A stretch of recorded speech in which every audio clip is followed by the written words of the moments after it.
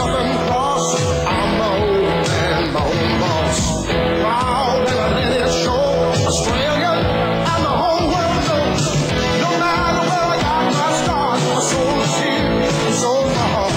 I made my home and my part in the land of the Southern Cross.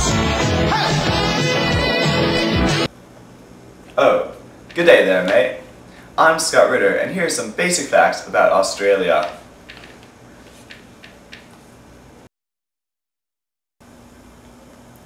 Australia has a population of over 20 million people, 92% of which are white, 6% are Asian, and 2% are Aborigine, which we'll explain about later. Australia is also a fairly large country, with over 7 million square kilometers within its boundaries. That makes it a little less than the size of the continental United States. Australia gained its independence from Britain on January 1st, 1901.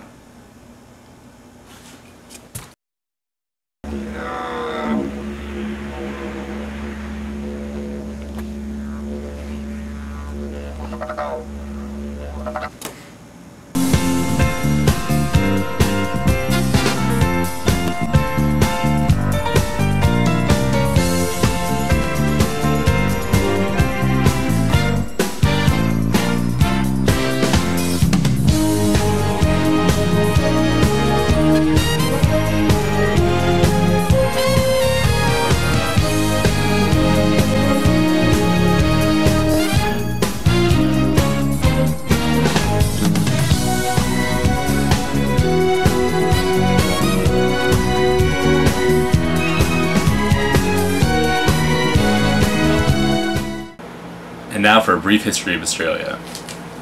The Australian continent was first discovered by European explorers in the early 17th century, led by the Dutch navigator Willem Janszoon.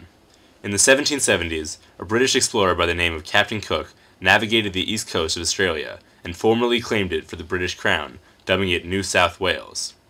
Britain formally claimed Western Australia in 1829 and created a number of colonies from New South Wales. Although Western Australia was also founded as a free colony, it later accepted transported convicts from Britain due to shortage in labor. Britain also needed to find an alternative destination for its overpopulated prisons, especially with the loss of the American colonies. In 1787, a total of 1,305 people, including 736 convicts, were shipped to Australia. However, very few of the convicts or soldiers that were sent with them had any farming or trade experience. Furthermore, the colonists did not comprehend the seasonal difference, causing most of their farming attempts to fail.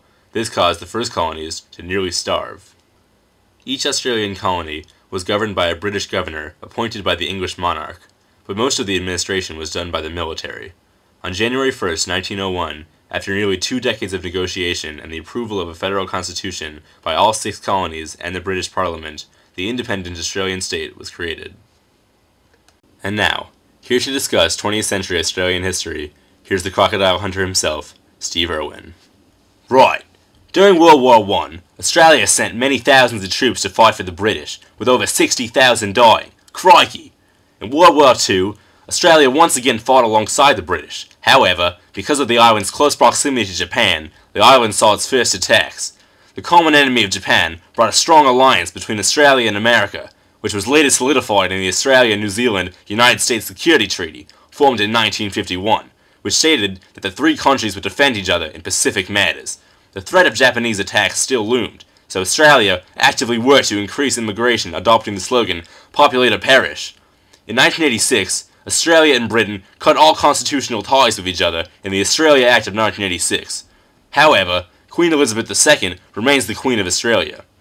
Referendums to establish an Australian Republic have been voted down, so Australia is still a federal parliamentary democracy. Crikey, look out for that snake!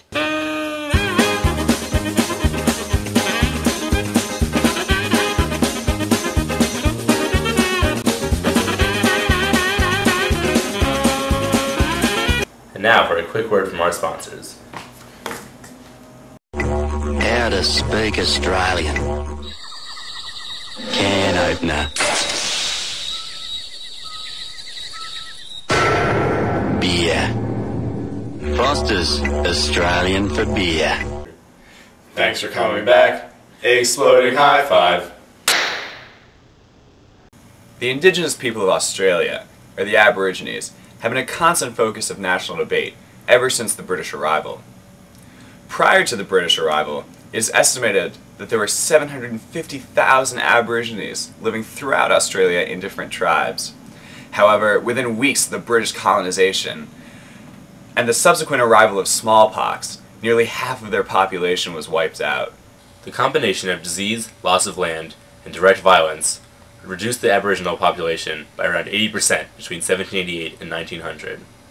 By the 1870s, most of the fertile land in Australia had been appropriated to the British settlers, forcing the Aborigines to settle land that was unsuitable for development. All the while, the British saw the Aboriginal people as an atrocity and devised plans for their elimination.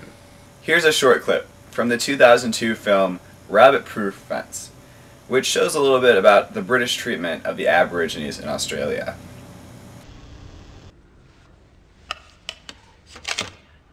Here is the answer. 3 generations. Half-blood grandmother, quadroon daughter, octoroon grandson. Now, as you can see in the 3rd generation, or 3rd cross, no trace of native origin is apparent. The continuing infiltration of white blood finally stamps out the black color. The Aboriginal has simply been bred out. Now,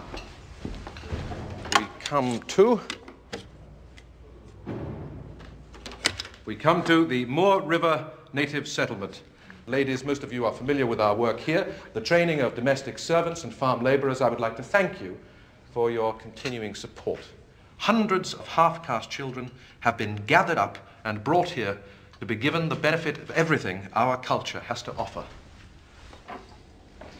For if we are to fit and train such children for the future, they cannot be left as they are. And in spite of himself, the native must be helped.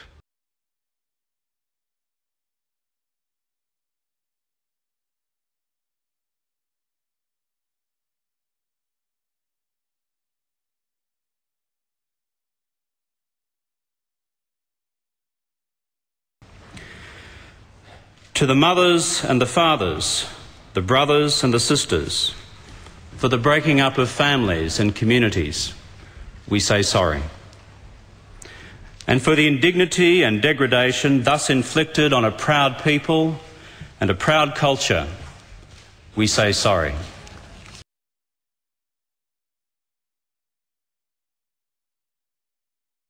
By the Minister for Trade, the member for Lyne, saying that, and I quote, "I would like to assure you that residents who occupy accommodation on a permanent basis, i.e. over 28